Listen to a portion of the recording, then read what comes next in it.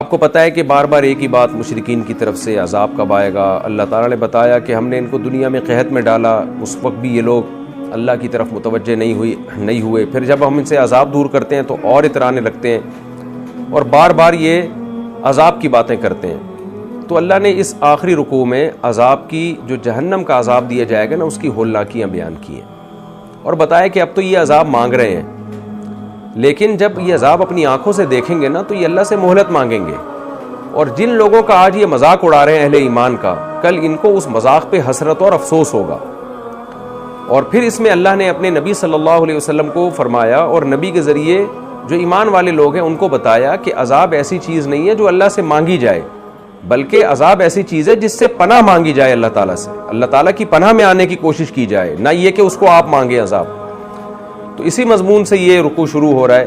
اللہ تعالیٰ نے فرمایا قل اے نبی، رب آپ کہہ دیجئے، ربی اما ترینی ما یعدون، اے اللہ اگر تو دکھا بھی دے مجھے وہ عذاب جس کا ان کافروں سے وعدہ کیا جا رہا ہے، تو ربی فلا تجعلنی فی القوم الظالمین، اے میرے رب تو مجھے ظالموں میں شمار نہ کرنا، یعنی ہمیں اس عذاب سے بچا لینا۔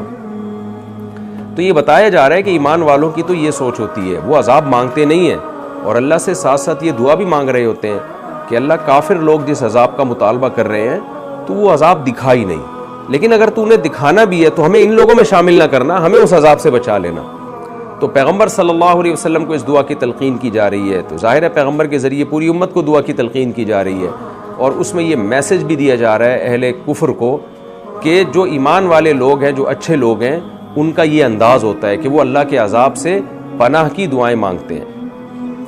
آگے اللہ تعالیٰ فرماتے ہیں وَإِنَّا عَلَىٰ أَن نُّرِيَكَ مَا نَعِدُهُمْ لَقَادِرُونَ، ہو سکتا ہے کسی کافر کو تعجب ہو کہ لو بھائی ہم تو عذاب مانگ رہے ہیں، عذاب تو آ نہیں رہا، الٹا یہ مسلمان اس عذاب سے پناہ مانگ رہے ہیں، یعنی جس عذاب نے آنا ہی نہیں ہے تو یہ لوگ اس عذاب سے پناہ مانگ رہے ہیں۔ تو اللہ نے ان کو بھی دھمکی دی کہ دیکھو ہم جو تمہیں حکم دے رہے ہیں نا اہل ایمان کو کہ عذاب سے پناہ مانگو، تو خوب سمجھ لو کہ اے نبی جس عذاب کا ہم وعدہ کر رہے ہیں وہ عذاب ہم دنیا میں آپ کو دکھانے پر قدرت رکھتے ہیں، ہم چاہیں تو دنیا میں وہ عذاب دکھا دیں ہم ان کو، تو اس لیے پناہ مانگنے کی چیز ہے عذاب۔ آگے اللہ فرماتے ادفع باللتی ہی احسن السیئہ، اے نبی آپ ان کی برائی کو، ان کافروں کی جو برائی ہے نا اس کو اچھی خصلت کے ذریعے دور کیجیے، یعنی برائی کا بدلہ برائی سے نہ دیجیے۔ اصل میں یہ صورت مکہ میں ہے نا، مکہ میں مسلمان بہت کمزور تھے اور کافروں کے اوٹ پٹانگ قسم کے اعتراضات سے بہت زیادہ واسطہ پڑ رہا تھا۔ بعض دفعہ کافر ایسے الٹے اعتراضات کرتے کہ کسی مسلمان کا دل کرتا کہ وہ اس کا جو ہے نا وہ اس سے انتقام لے۔ ہم کہتے ہیں نا کہ بعض دفعہ کوئی آدمی ایسی بحث کر رہا ہوتا ہے، اوٹ پٹانگ باتیں کر رہا ہوتا ہے، مضحکہ خیز باتیں کر رہا ہوتا ہے، دل چاہتا ہے کہ اس کا منہ توڑ دیا جائے۔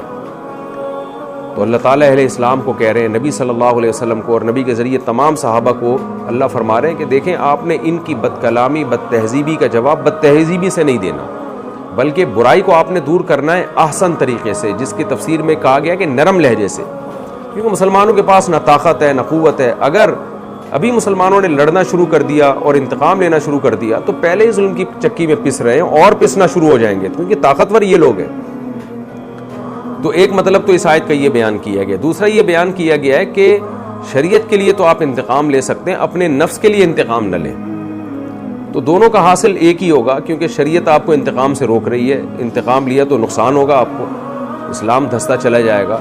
تو پھر ایسے موقع پہ انتقام لینا در حقیقت اپنے نفس ہی کے لیے انتقام لینا ہوتا ہے۔ تو اللہ نے منع کر دیا کہ آپ ان سے انتقام نہ لیں، اور اس میں ہمارے لیے بھی سبق ہے کہ اسلام ہمیں ہمیشہ گراؤنڈ ریئلٹی کو سامنے رکھ کے چلنے کا حکم دیتا ہے۔ اس دور میں اللہ نے یہ نبی سے یہ نہیں کہا کہ آپ تلوار اٹھائیں اور ان کا قلعہ کما کر دیں اور ایک دم نظام کو الٹ دیں پلٹ دیں تبدیل کر دیں، نہ بھائی، گراؤنڈ ریئلٹی یہ ہے کہ مسلمانوں کو ریتوں پہ لٹایا جا رہا ہے، بلال حبشی کے رضی اللہ عنہ کے سینے پہ بڑے بڑے پتھر رکھے جا رہے ہیں، وہ اپنا اس ظلم سے نہیں بچ سکتے، اور مسلمانوں کو کہا جائے کہ کافر لوگ اگر تمہارے ساتھ زیادتی کریں تو تم بھی انتقام لو، تو یقیناً اس سے ظلم اور زیادہ بڑھ جاتا۔ تو جیسے بنی اسرائیل کو حکم دیا تھا موسیٰ علیہ السلام نے کہ جب بنی اسرائیل نے کہا نا یا موسیٰ اوذینا من قبل ان تأتینا ومن بعد ما جئتنا، اے موسیٰ تیرے آنے سے پہلے بھی ہم مصیبت میں تھے، تیرے آنے کے بعد بھی ہم عذاب میں ہی ہیں۔ فرعون نے تو اور عذاب اور ظلم بڑھا دیا ہے۔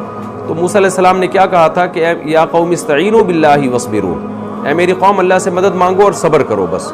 ان الارض للہ یورثها من یشاء من عبادہ، یہ زمین کا مالک اللہ ہے، جس کو چاہتا ہے وارث بناتا ہے، تو ہم نے صبر کرنا ہے۔ تو اسلام کا یہی حکم ہے کہ جہاں آپ کے پاس قوت اور طاقت نہیں ہے، آپ کو یہ اگر خیال ہے کہ میں لڑا یا میں نے انتقام لیا تو اور زیادہ مسائل کھڑے ہو جائیں گے، تو وہاں صبر کا حکم ہے۔ جیسے نبی صلی اللہ علیہ وسلم نے صبر کیا، اس کی برکت سے اللہ نے مدینہ میں آپ صلی اللہ علیہ وسلم اور صحابہ کے لیے ماحول سازگار کر دیا، اور وہاں لوگ دھڑا دھڑ اسلام میں داخل ہونا شروع ہو گئے، اور وہاں مسلمانوں کو طاقت اور قوت ملنا شروع ہو گئی۔ تو اے نبی، آپ اچھے طریقے سے ان کی برائی کا جواب دیجئے۔ نحن اعلم بما یصفون، جو باتیں یہ کر رہے ہیں ہم خوب جانتے ہیں۔ کیا مطلب؟ ہمیں بھی پتہ ہے یہ کیسے طنز کرتے ہیں، کیسے مضحکہ خیز باتیں کرتے ہیں، کیسے آپ کا مذاق اڑاتے ہیں، تو ہم غافل نہیں ہیں ان چیزوں سے۔ اس کے باوجود ہم آپ کو صبر کا حکم دے رہے ہیں، یہ سوچ کے صبر کیا کریں کہ ہمارا رب ان تمام باتوں کو دیکھ رہا ہے۔ کیونکہ جب انسان کو پتہ ہوتا ہے نا کہ جب انسان جس کے لیے قربانی دے رہا ہو وہ قربانی دینے والے کو ہی نہ پتہ ہو تو اور زیادہ غم بڑھتا ہے۔ تو اللہ کہتے ہیں میرے لیے صبر کر رہے ہو، میں سب چیزیں دیکھ رہا ہوں۔ وَقُلْ رَبِّ أَعُوذُ بِكَ مِنْ ہَمَزَاتِ الشَّيَاطِينِ، بے صبری پر ہمیشہ شیطان مجبور کرتا ہے، غصہ دلاتا ہے اور کہتا ہے ہم کب تک صبر کریں گے۔ تو شیطان دل میں وسوسے ڈالتا ہے کہ بھئی یہ تو ایک درجے کی غیرت کے خلاف ہے کہ ہم انتقام ہی نہ لیں، ہم کوئی کمزور ہیں، ہم نے کہ ہاتھوں میں چوڑیاں پہنی ہوئی ہیں، وہ جو مرضی کرتا چلا جائے، ہم چپ بیٹھے رہیں۔ تو شیطان کیا کرتا ہے؟ آپ کے جذبات کو ورغلاتا ہے اور ایسے موقع پہ آپ سے وہ کام کرا دیتا ہے جو رزلٹ اور اینڈ کے لحاظ سے آپ کے نقصان میں ہوتا ہے۔ اس لیے اللہ نے فوراً یہاں نبی کو حکم دیا، اور ظاہر نبی کے ذریعے ہمیں حکم دیا جا رہا ہے کہ جب ہم آپ کو صبر کا حکم دے رہے ہیں تو آپ شیطان کے وسوسوں سے اللہ کی پناہ میں آئیں۔ آپ یہ دعا بھی مانگا کریں، اے میرے رب میں تیری پناہ میں آتا ہوں من ہمزات الشیاطین، شیطان کے وسوسوں سے، کیونکہ شیطان ہمیں بے صبرہ بناتا ہے۔ وَأَعُوذُ بِكَ رَبِّ أَن يَحْضُرُونَ، اے اللہ شیطان کے وسوسے تو دور کی بات، بلکہ میں تیری پناہ مانگتا ہوں اس بات سے کہ شیطان میرے سامنے شیاطین حاضر بھی ہوں، یعنی جب آئے گا تو پھر وسوسے ڈالے گا نا، تو اللہ شیطانوں کو ہم سے دور رکھ تاکہ ہم صبر کر سکیں۔ تو اس آیت سے ہمیں یہ بات بھی پتہ چلی کہ جو ہم غصے میں بوکھلا جاتے ہیں اور بہت ایسے کام کر لیتے ہیں جس سے ہمیں اینڈ میں نقصان ہوتا ہے، تو یہ شیطان کے وسوسے ہوتے ہیں۔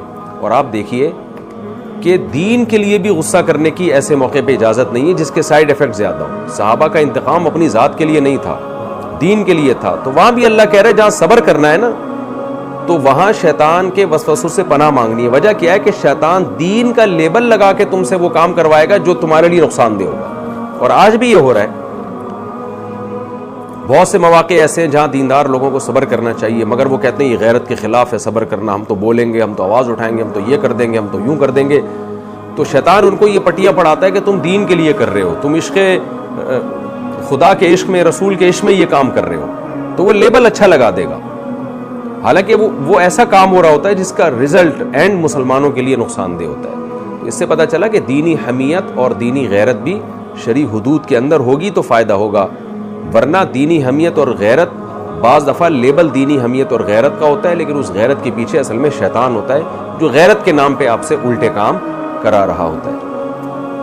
آگے اللہ تعالیٰ فرماتے ہیں حتیٰ اذا جاء احدہم الموت، رہا یہ مسئلہ کہ اللہ ٹھیک ہے ہم کافروں کی الٹی باتوں پہ صبر بھی کریں گے، اور پھر ہم یہ لوگ جو اسلام دشمن عناصر ہیں ہم ان کے طنز اور ان کے استہزاء کو برداشت بھی کریں گے، تو ان کا کیا ہوگا؟ تو اللہ نے بتایا، مسلمانوں کو تسلی دی کہ آج ان کو مذاق اڑانے دو، جب ان کی موت کا وقت ہوگا نا تو ان کی حالت کیا ہوتی ہے جو خدا کا نافرمان اور خدا کا باغی ہے۔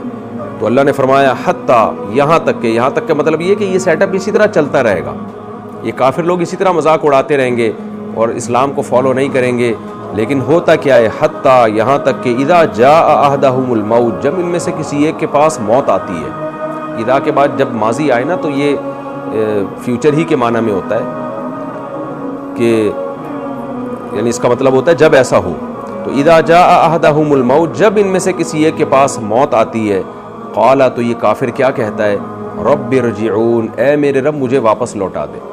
دیکھیں موت کی ایک کنڈیشن ایسی ہوتی ہے جس میں مرنے والا پورے طور پر اس دنیا کی طرف متوجہ ہوتا ہے، لیکن ایک کنڈیشن ایسی ہوتی ہے جس میں وہ دنیا اور آخرت کے بیچ میں ہوتا ہے، برزخ اور اس دنیا کے بیچ میں۔ اس کی مثال ایسے ہے جیسے ہم جب سوتے ہیں تو ہماری 3 حالتیں ہوتی ہیں، ایک ہم جب سونے کے لیے لیٹے ہوتے ہیں ہمیں پتہ ہوتا ہے تھوڑی دیر میں ہم سو جائیں گے، لیکن مکمل دماغ بیدار ہوتا ہے اور اسی دنیا سے ہمارا کنیکشن ہوتا ہے۔ ایک کنڈیشن وہ ہوتی ہے ہم گہری نیند میں چلے جاتے ہیں، اس وقت ہمارا اس دنیا سے کنیکشن بالکل ختم ہو جاتا ہے، خواب کی چیزیں ہم دیکھ رہے ہوتے ہیں۔ لیکن ایک بین النوم والیقظہ بیچ کی حالت ہوتی ہے جس میں انسان آدھا جاگ رہا ہوتا ہے اور آدھا سو رہا ہوتا ہے، وہ تھوڑا تھوڑا اس دنیا کو بھی دیکھ رہا ہوتا ہے، تھوڑا تھوڑا خواب کی دنیا میں بھی ہوتا ہے۔ تو خوب سمجھ لیں، قرآن و سنت سے یہ بات ثابت ہے کہ جب کوئی شخص مر رہا ہوتا ہے نا تو اس کی بھی یہی 3 کنڈیشنیں ہوتی ہیں۔ تو ایک بیچ کی کنڈیشن ایسی ہوتی ہے جس میں وہ برزخ کی چیزیں دیکھنا شروع کر دیتا ہے، لیکن دنیا میں بھی اس کو تھوڑا سا اس کا کنیکشن ہوتا ہے۔ تو جب وہ مرنے لگا ہوتا ہے، بالکل اس کی روح نکل رہی ہوتی ہے، تو اس کو پھر آخرت کی ہولناکیاں، فرشتے اور وہ تمام وعدے جو اللہ نے کیے وہ نظر آنا شروع ہو جاتے ہیں۔ یہ وہ وقت ہے جس کے بارے میں قرآن میں اور احادیث میں آتا ہے کہ اس وقت توبہ قبول نہیں ہوتی، اس سے پہلے توبہ قبول ہو جاتی ہے۔ یہ وہ وقت ہے جب توبہ قبول نہیں ہوتی، اور اللہ نے یہ اپنے اوپر لکھ دیا ہے کہ اس وقت کافر کا ایمان مقبول نہیں ہوگا اور گناہگار کی توبہ مقبول نہیں ہوگی۔ تو یہ وہ کنڈیشن ہے جس کو قرآن بیان کر رہا ہے۔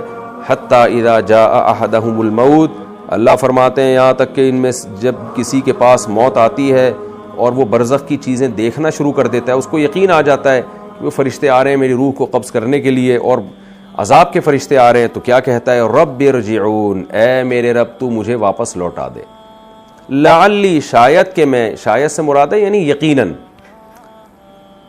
یہ ہم جب کسی سے کہہ رہے ہوتے ہیں نا، کوئی وعدہ کر رہے ہوتے ہیں، تو بعض دفعہ یقینی چیز کو بھی شاید سے تعبیر کیا جاتا ہے، تاکہ میں اعمل صالحا، میں نیک عمل کروں، فیما ترکت، اس زندگی میں جو میں چھوڑ کر آیا ہوں۔ اے اللہ تو مجھے ایک مہلت دے دے، میں اب دوبارہ نیک زندگی گزاروں گا۔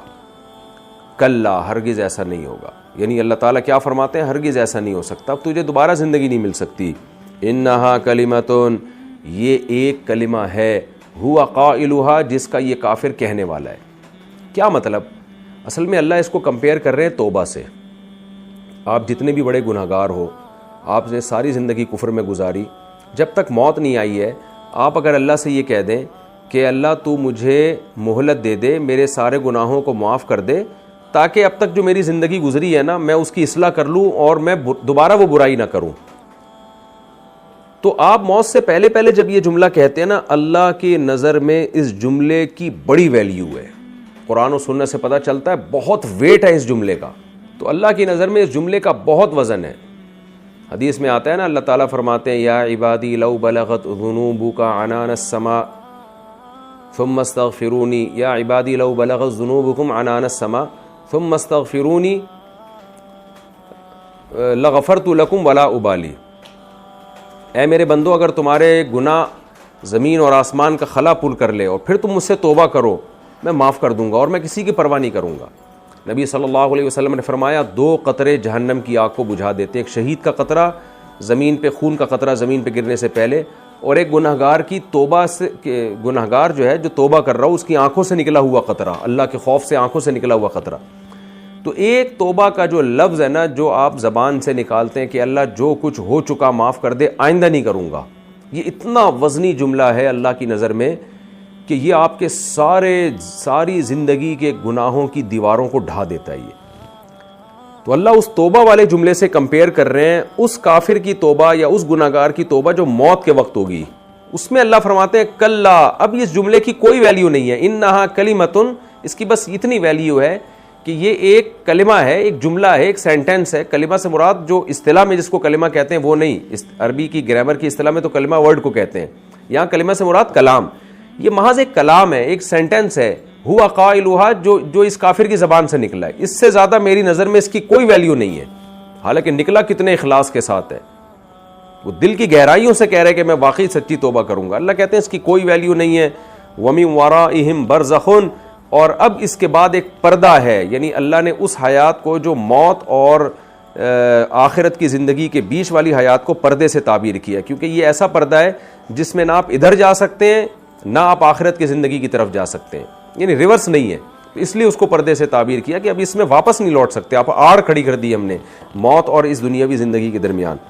دیکھیں یہاں برزخ، ایک تو برزخ زندگی ہے نا جس کو اصطلاح میں قبر کی زندگی کو برزخ کہا جاتا ہے، یہاں برزخ سے مراد ہے آڑ، یعنی ایک ایسی آڑ ہے کہ جو ہم نے آخرت کی زندگی اور اس دنیا کی زندگی کے درمیان قائم کر دی ہے. وَمِن وَرَائِهِمْ، اور ان کے درمیان ایک برزخ ہے، یعنی آڑ ہے، اِلَى يَوْمِ يُبْعَثُونَ، اس دن تک جس دن یہ لوگ اٹھائے جائیں گے. یعنی اب اس کو زندگی اسی دن میں ملے گی، اس سے پہلے اب تجھے میں دوبارہ یہ زندگی نہیں دے سکتا جو میں نے تجھے دنیا میں دی ہوئی ہے، اب تو لوٹ کر نہیں آ سکتا. فَإِذَا نُفِخَ فِي الصُّورِ، ایک تسلی ہوتی ہے کہ شاید بھائی دوبارہ اللہ نے کہہ دیا کہ تجھے زندگی ملے گی، تو ہو سکتا ہے اس زندگی میں اس کو دوبارہ مہلت دے دی جائے. تو اللہ کہتے ہیں نہیں، اب جو برزخ جب ختم ہوگی، برزخ کی حیات، اور اس کے بعد جو اس کو زندگی ملے گی تو اس میں کیا حال ہوگا.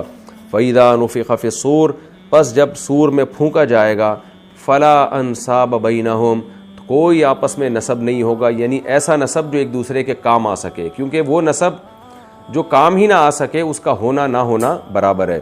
وَلَا يَتَسَاءَلُونَ، اور نہ یہ لوگ ایک دوسرے سے سوال کریں گے. کوئی ایک دوسرے سے خیریت پوچھنا، کہ مدد کرنا باب تفاعل ہے نا، تو کوئی ایک دوسرے کے کام بھی نہیں آئے گا. فَمَنْ ثَقُلَتْ مَوَازِينُهُ، پس کامیابی اور ناکامی کا ایک ہی معیار ہوگا، وہ کیا ہے کہ جس کا ترازو بھاری ہو گیا. فَأُولَئِكَ هُمُ الْمُفْلِحُونَ، یہی لوگ ہیں پورے کامیاب، نیکیوں کا پلڑا جھک گیا. وَمَنْ خَفَّتْ مَوَازِينُهُ، اور جن کا نیکیوں کا پلڑا ہلکا ہو گیا، برائیوں کا پلڑا جھک گیا. اس سے بھی پتہ چلتا ہے کہ بھائی کچھ نہ کچھ نیکیاں تو ہر شخص کے اعمال میں ہوتی ہیں، اس لیے اللہ نے یہ نہیں کہا کہ جو نیکی لے کے ہی نہیں آیا تو وہ جہنم میں جائے گا. نہ نہ نہ، کچھ اچھے کام تو ہر برے آدمی نے بھی کیے ہوئے ہوتے ہیں. اللہ فرما رہے ہیں کہ جس کی برائی کا پلڑا جھک گیا، نیکیاں ہلکی پڑ گئیں اس کی. فَأُولَئِكَ الَّذِينَ خَسِرُوا أَنفُسَهُمْ، یہ وہ لوگ ہیں جنہوں نے اپنی جان کو ہلاک کر دیا، اپنی جان کی طرف سے خسارے میں پڑ گئے. وہ خسارہ کیا ہے؟ فی جہنم خالدون، ہمیشہ اس جہنم میں پڑے رہیں گے. یہ تلفح وجوہہم النار، آگ ان کے چہروں کو جھلسائے گی. وہم فیہا کالحون، اور وہ اس میں بگڑے ہوئے چہروں کے ساتھ ہوں گے. جب ایسا شدید عذاب ہوگا، ان کو جہنم کی آگ میں ڈالا جائے گا اور آگ ان کے چہروں کو جلائے گی، تو اللہ پھر ان سے کہے گا الم تکن آیاتی تتلا علیکم، کیا میری آیات تم پر تلاوت نہیں کی جاتی تھی؟ میری آیتیں کیا تم تک قرآن یا تورات اور انجیل نہیں پہنچی تھی جس نے تمہیں اس جہنم کی آگ سے ڈرایا ہو؟ فکنتم بہا تکذبون، پھر تم اس کا انکار کر دیا کرتے تھے. یعنی کہ ایسا نہیں تھا کہ میری آیات تم تک پہنچی اور تم نے ان کا انکار کر دیا. قالوا، تو وہ کافر جواب میں کیا کہیں گے؟ ربنا، اے ہمارے رب، غلبت علینا شقوتنا، ہماری بدبختی ہم پر غالب آ گئی تھی. یعنی ہمارے پاس کوئی عذر نہیں ہے. بدبختی غالب آ گئی کا کیا مطلب ہے؟ دیکھیں، جب ہم کسی کو بتا رہے ہوتے ہیں نا اس راستے پہ مت جاؤ، یہاں ڈاکو ہیں، یہاں تمہیں لوٹ لیں گے، اور اس کی ظاہری چمک دھمک کو مت دیکھو، 20 لوگوں نے آپ کو سمجھایا، لیکن اور آپ کے لیے اس راستے پہ چلنا کوئی مجبوری بھی نہیں تھا، لیکن آپ نے اس کی بات ہی نہیں سنی اور ویلیو ہی نہیں دی. بعض لوگ ہوتے ہیں آپ ان کو کچھ بھی سمجھائیں وہ سنتے ہی نہیں ہیں، وہ لاؤبالی قسم کے لوگ ہوتے ہیں، وہ ویلیو نہیں دیتے کسی کی بات کو. آپ پھر بھی اس ٹریک پہ چل پڑے، ڈاکوؤں نے پکڑ لیا آپ کو، ڈاکوؤں نے لوٹ لیا، کسی کو مار دیا، کسی کو معذور کر دیا. تو جو بچے ہوئے لوگ ہوں گے ان سے اگر کوئی پوچھے گا کہ کیا تمہیں بتایا نہیں تھا کسی نے کہ اس گلی میں مت جانا، یہاں ڈاکو لوٹ لیتے ہیں، تو جواب میں کیا کہے گا؟ یہی کہے گا یار میری بدبختی، میری بدقسمتی تھی، مجھے تو 20 لوگوں نے سمجھائے لیکن میری عقل ماری گئی تھی، میری مت ماری گئی تھی، میں نے ان کو ویلیو ہی نہیں دی، حالانکہ مجھے ضرورت ہی نہیں تھی اس راستے پہ جانے کی.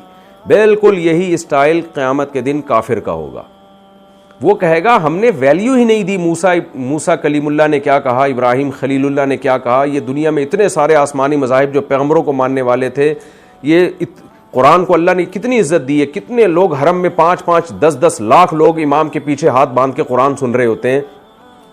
کچھ تو لکھا ہوگا نا اس کتاب میں، تو غور تو کر لیں کہیں واقعی اللہ کا کلام تو نہیں ہے.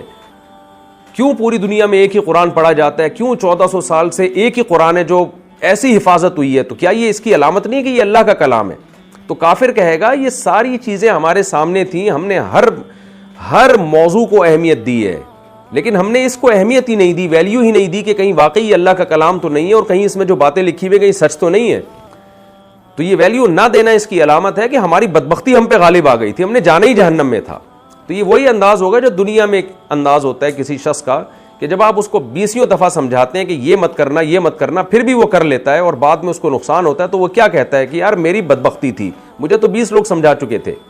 یہی انداز کافر کا ہوگا جب جہنم کی آگ اس کے چہرے کو جھلائے گی تو اللہ کہیں گے کہ کیا تمہیں کسی نے بتایا نہیں تھا، پھر بھی تم انکار کرتے تھے؟ تو وہ جواب میں کہیں گے ربنا غلبت علینا شقوتنا، اے اللہ ہماری بدبختی ہم پر غالب آ گئی، وکننا قوما ضالین، اور ہم واقعی بڑے گمراہ لوگ تھے، ربنا اخرجنا منہا، جو موت کے وقت ان کے الفاظ تھے وہ اس جہنم میں بھی دہرائیں گے، اے ہمارے رب تو ہمیں اس جہنم سے نکال دے، فإن عدنا، اگر ہم دوبارہ ان برائیوں کی طرف لوٹے، فإنا ظالمون، تو واقعی ہم بڑے ظالم ہوں گے، ایک دفعہ تو ہمیں مہلت دے دے۔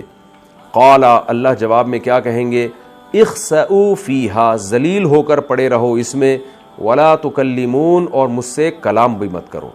کوئی ترس نہیں آئے گا اللہ کو ان جہنمیوں پر۔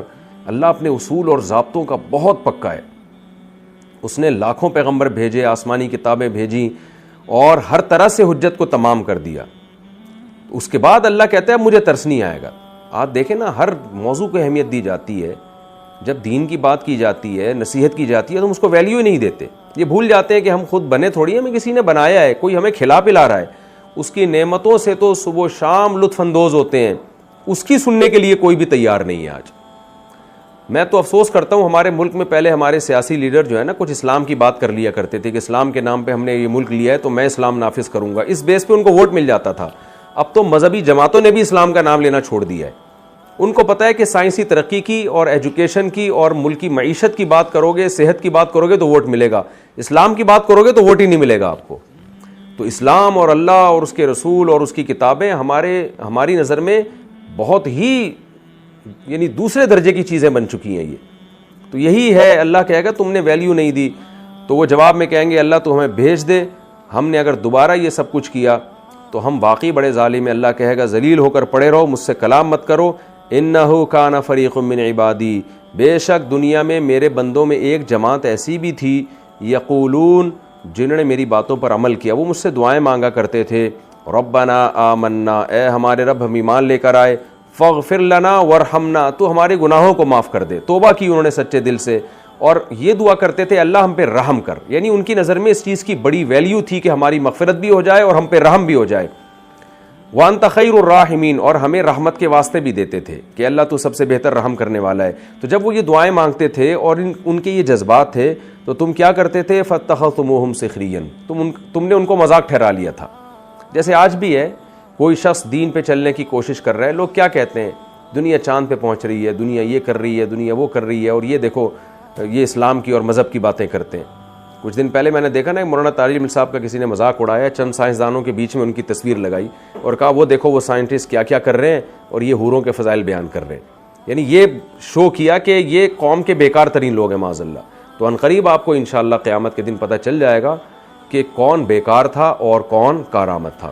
تو اللہ کہتے ہیں تم ان کا مذاق اڑایا کرتے تھے، تو حتیٰ انسوکم ذکری، اور ان لوگوں نے یعنی ان کے مذاق اڑانے نے تمہیں میری یاد سے غافل کر دیا، وکنتم منہم تضحکون، اور تم ان سے ہنسا کرتے تھے، انی جزیلتہم اليوم بما صبروا، دیکھو انہوں نے صبر کیا، آج اس صبر کا میں نے ان کو کیسا بدلہ دیا، انہم ہم الفائزون، جن کا تم مذاق اڑاتے تھے آج وہی لوگ کامیاب ہیں۔